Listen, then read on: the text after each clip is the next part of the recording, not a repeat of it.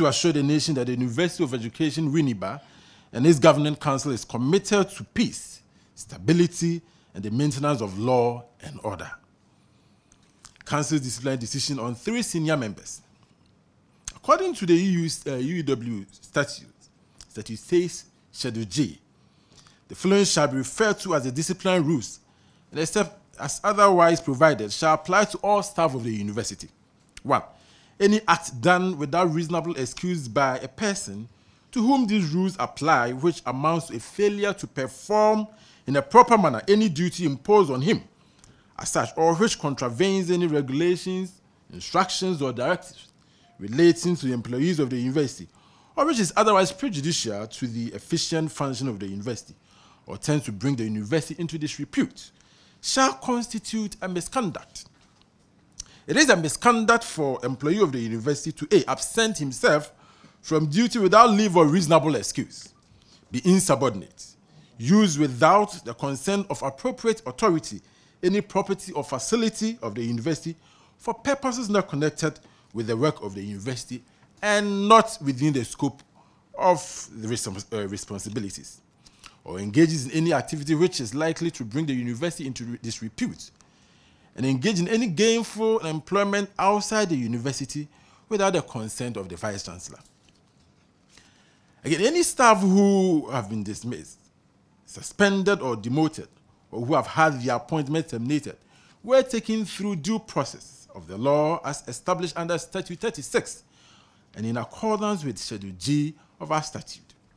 Indeed, UTAG National, through their president, Dr. Eriko Poku-Mensah, in response to the dismissal or termination of appointment of the affected persons, had maintained on several platforms that the affected person had been dismissed based on trumped-up charges, and the university failed to take them through due processes.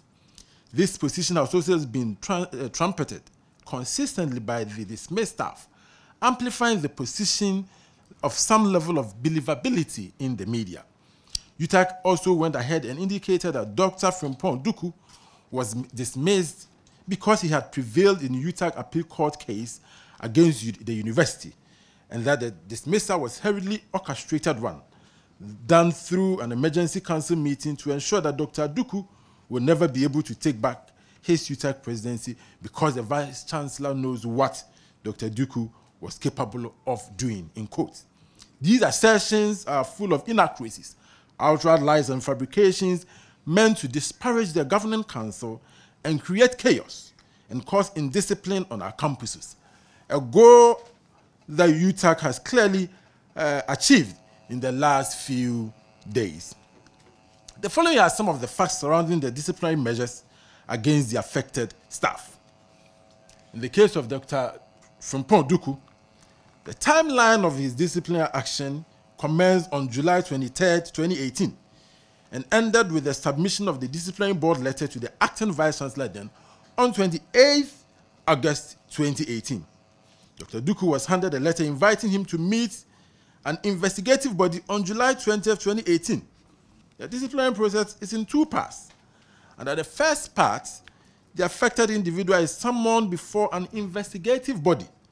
And under the second part, the person is summoned before a disciplinary board, if the investigative body so recommends.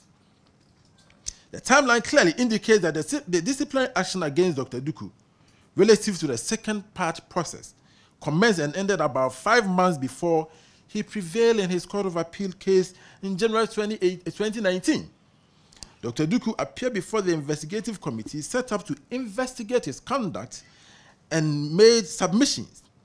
When the investigative committee submitted its report to the disciplinary board, Dr. Duku decided not to appear before the committee with a letter from his lawyer advising him from appearing before the committee. It must be made clear that Dr. Duku was never one of those affected by the disciplinary actions against the 6 officers, let alone occasional dismissal.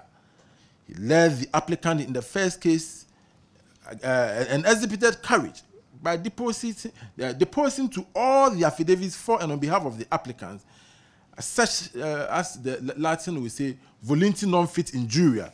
That is to mean that he voluntarily assumed that risk. Now, Dr. Duku, throughout the process, presented himself before the court without even coming for lectures as required from him. The disciplinary board is set up by the Vice Chancellor, and its functions are founded on rules formulated by the Governing Council. The university administrative system runs on rules, regulations, boards, and committees established to ensure effective maintenance of discipline in order to ensure smooth running of the system. Failure to appear before a disciplinary board without any justifiable reason constitutes gross misconduct. By failing to appear before the disciplinary board, Dr. Duku showed gross misconduct and disrespected the authority of the Governing Council. It was an act of indiscipline that would never be countenanced in any academic environment. Indeed, during the pendency of his case, a move that led to his summoning before the two committees, Dr. Duku at a point filed an injunction application against the chairman of the Governing Council, the Vice Chancellor, and the Registrar, praying the court to place an injunction on an upcoming graduation ceremony. The decision to hold their graduation ceremony emanated from academic board, which was approved by the council. Dr. Duku, on the eve of the event at the time, when students from all corners of Ghana had converged in Winneba for the congregation, through sheer mischief, sought to stop the university from going ahead with the event. The university went ahead to conduct the congregation, and Dr. Duku led the other 5 dismissed officers to bring contempt application against the chairman of council, the vice chancellor, and the registrar with the sole aim of committing them to prison. To the glory of God, the application was dismissed. It was clear that Dr. Duku's conduct towards his employers was unprovoked and meant to create mischief for the university, especially the vice chancellor, the registrar, and the chairman of the governing council, as well as to cause disaffection for the graduating students. It is now quite clear that in his attempt to ground the graduation program and cause so much anguish, financial loss to the university and students, Dr. Duku had grossly misconducted himself and had to be seriously disciplined. Was his behavior not a breach of the Statute 36, for which the Governing Council summoned him for disciplinary measures? Ladies and gentlemen of the media, we wish to draw your attention to the acts of indiscipline, insubordination, and disregard for authority that have characterized Dr. Frimpong's behavior during and after the violence unleashed on the university. Dr. Duku, interestingly, is one of the 3 personalities whose actions urged students to engage in violent behavior during the March 14, 2019 riot. There are several videos in our possession and circulating on social media as evidence of this rabble-rousing, needlessly inciting behavior visited on our students on Winneba campus. In the case of Professor Ephraim Avianso, Professor Avianso's disciplinary action followed similar due process that was used to bring disciplinary action against Dr. Duku. However, because Professor Avianso's status as a principal of a college, and for that matter, a principal member of the university, a disciplinary board comprising high-profile members from the Governing Council, a staff of a professional status, and another external person of high repute, was set up by the Governing Council to address charges that had been raised against Professor Avia and so. The disciplinary board found out that Professor Avia and so organized a seminar on campus and a matter that was before the High Court without due approval from management. And that thought played a very key role in ensuring that the university closed down at the time. And he was acting, by so doing, as a spokesperson for the university, a position which somebody clearly occupies. And he had on several occasions shown gross disregard for authority.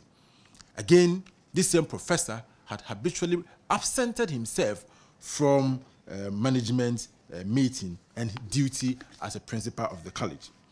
Ladies and gentlemen of the media, Professor Avianso held high position of a principal of this university. He was part of the university management team, and thus is entrusted with ensuring discipline and smooth running of the administrative system of the university. He also reported to the Vice Chancellor in the discharge, he also reports to the Vice Chancellor in the discharge of his duties. He therefore, like any other principal officer, should be held to a higher degree of discipline than any other senior member below his rank. Professor Vianso has shown again and again through his behavior and his several interactions on the airwaves that he holds the administration led by the current Vice Chancellor in contempt and also has no regard for authority.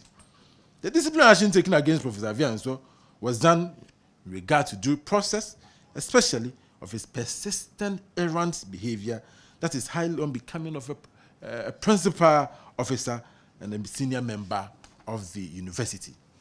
On Saturday, 16 March, this past Saturday, Professor Vianso appeared on CTTV morning show still regarding himself as a principal of Ajumako College. And this shows his gross disrespect for the Governing Council. You have been dismissed, your letter has been given to you, yet you have the temerity to sit on airwaves and claim for yourself that you still retain the position of a principal. In the case of Dr. Emmanuel Osesapon, he was also taken through due process before the council instituted a disciplinary measure against him and terminated his appointment. Dr. Sapon appeared before both the investigative body and the disciplinary body and was also found to have misconducted himself on the following grounds. Dr. Sapon admitted working out on the council chairman and members of the UEW Council at its meeting held on 22nd February 2018 without permission. Here, in this room, he worked out on council and showed gross disrespect. The board considered the act as an insubordination and thus a misconduct. Again, Dr. Sapon's behavior actually showed disrespect to council chairman and members of the UEW Council at the scheduled council meeting held on 22nd February. The board deemed his attitude unacceptable by all standards. The board found it unacceptable that Dr. Sapon was unaware that his work out on council chairman and members of the council was an insult and a disrespect, but could only appreciate that when he appeared before the committee that investigated him.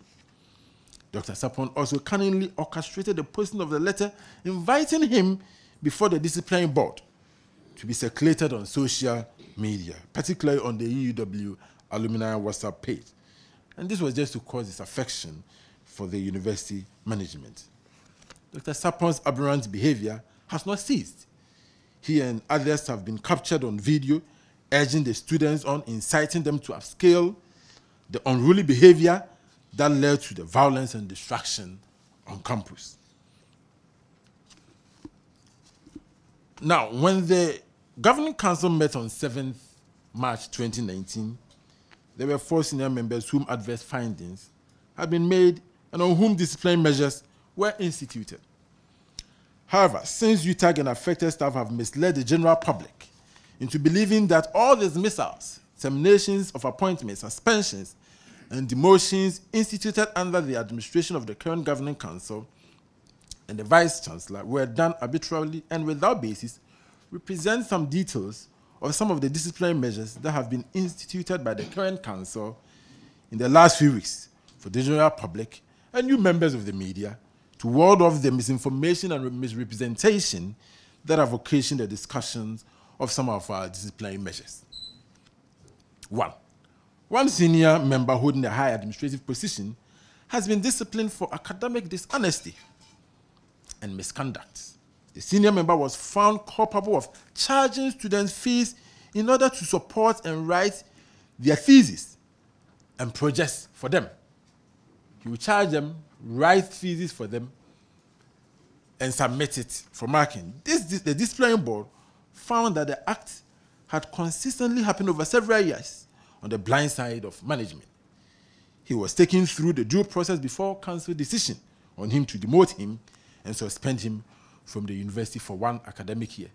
So you hear that, oh, this number of people have been suspended. What you don't know is what caused the suspension. So you have here, you have a lecturer who is charging students and writing theses for them. And when this person is suspended, then the story is out there that council is suspending people without due process.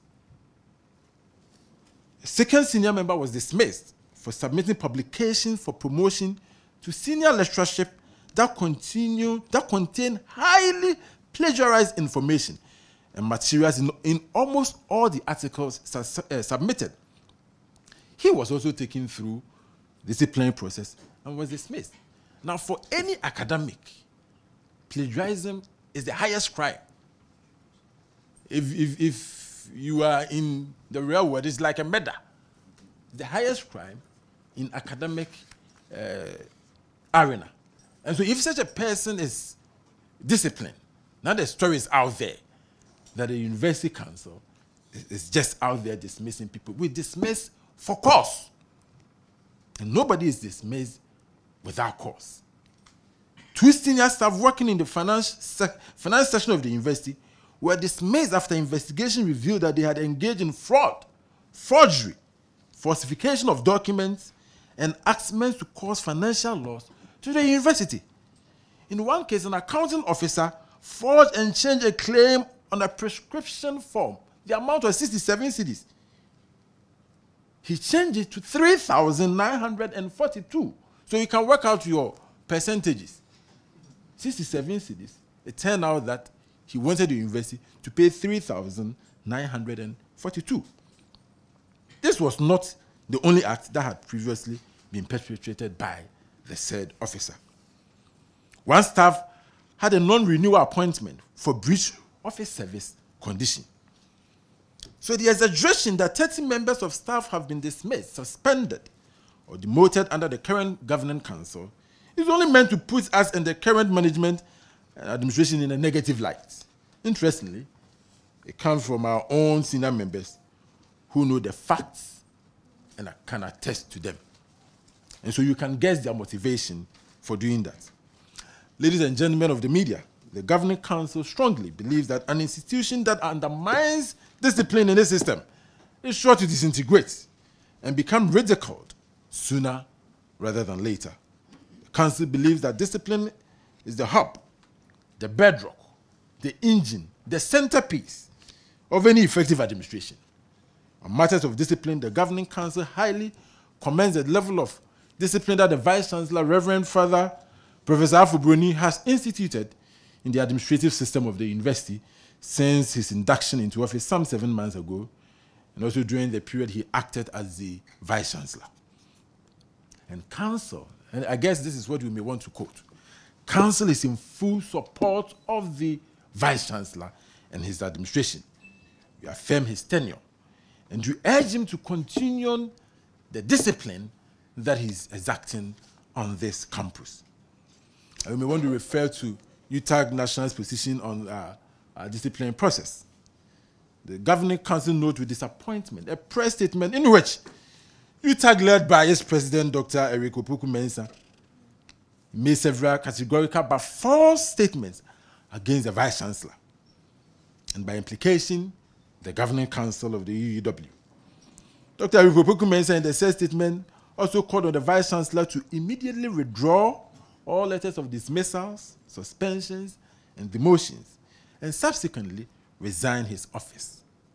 Indeed, UTAG had put out 3 major issues in their press statement, circulated on social media and all other major media platforms.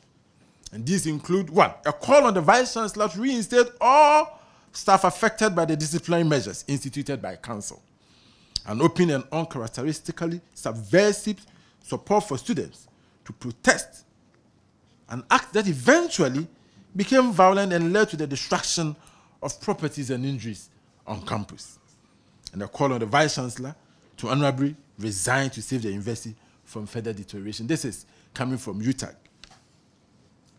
Council is highly disappointed with the above stand taken by UTAG, because taking such a stand is not only sad, but also hypocritical. And I guess members of the media and the general public know the stand of UTAG when the KNUST matter came up. Executive of UTAG National knows the process in public universities that have to be exhausted before any final disciplinary decision could be taken against any senior member. The president of UTAG, Dr. Yubopoku Mensah is clearly aware that in all universities where governing council is in charge of the governance structure, the vice chancellor cannot dismiss any senior member. Dismissal or termination of the appointment is always at the instance of the governing council and never that of the vice chancellor. The governing council takes full responsibility for all the disciplinary decision and asks UTAG to leave the vice chancellor alone to perform his functions. And so we want to address the call by UTAG on our vice chancellor to resign. The governing council wishes to emphasize that the appointment of the vice chancellor is his sole prerogative, as provided in section 13(1) and 2 of Act 672, and doesn't intend to share with any other entity. The vice chancellor performs his functions to the total satisfaction of council. The governing council once again resolved that Reverend Father Professor Afubroni remains the substantive vice president of our university. The vice chancellor of our university. Did I say vice president?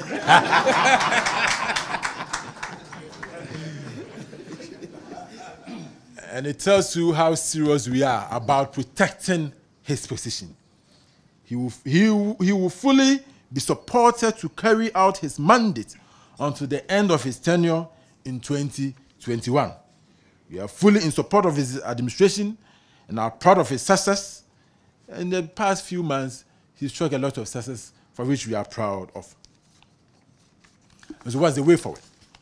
Ladies and gentlemen of the media, the governing council over the last weekend put its team together to assess the cost of damage done to the properties of the university and some staff. The total cost of damage is estimated at about 250,000 Ghana cedis. We need to understand that broken down critical facilities, such as vehicles, ATMs, glass windows, and others affected by the violence may have to be repaired or replaced before the students could be asked to report back to campuses. There's also the need to do a cleanup, and undertake a repair and restoration of major facilities on our campuses before we could ask the students to come back. The governing council is mindful of the consequence of a prolonged stay of students at home, and is doing everything in its part to ensure that in consultation with RESEC and with the approval, the Winneba and Ajumako campuses become open within the shortest possible time. Again, as by way of way forward, based on the appeals we have received from well-meaning Ghanaians and other respected personalities, the governing council wants to state that for the affected staff, those who wish to petition this council regarding either their dismissal, termination, or demotion, we will receive it. We will submit it to the appropriate boards and subcommittees for consideration. And for such cases, we will only take it, as the lawyers will say, on casuistic basis, on case-by-case basis. When you bring your case and you want us to review it, we will look at it. And if it deserves merit, we will let you know. The council is in the process of constituting an investigative committee to unravel the circumstances and the rationale behind the unrest. The terms of reference for the committee will also include suggesting ways to prevent such unfortunate occurrences in the future.